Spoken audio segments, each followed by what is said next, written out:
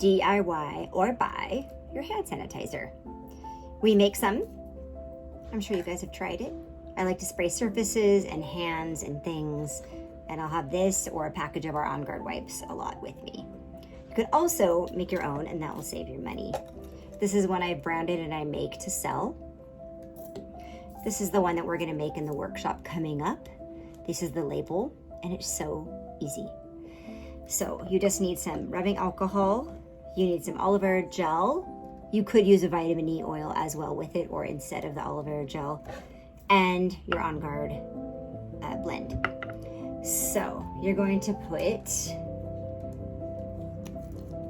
about half water and about half alcohol. Just leave room at the top for the essential oil and the aloe vera. So that's already filled with that. Then you're going to put a half tablespoon of your aloe vera gel, or you could do a little bit of vitamin E oil. I don't even measure, I just squirt a little in there.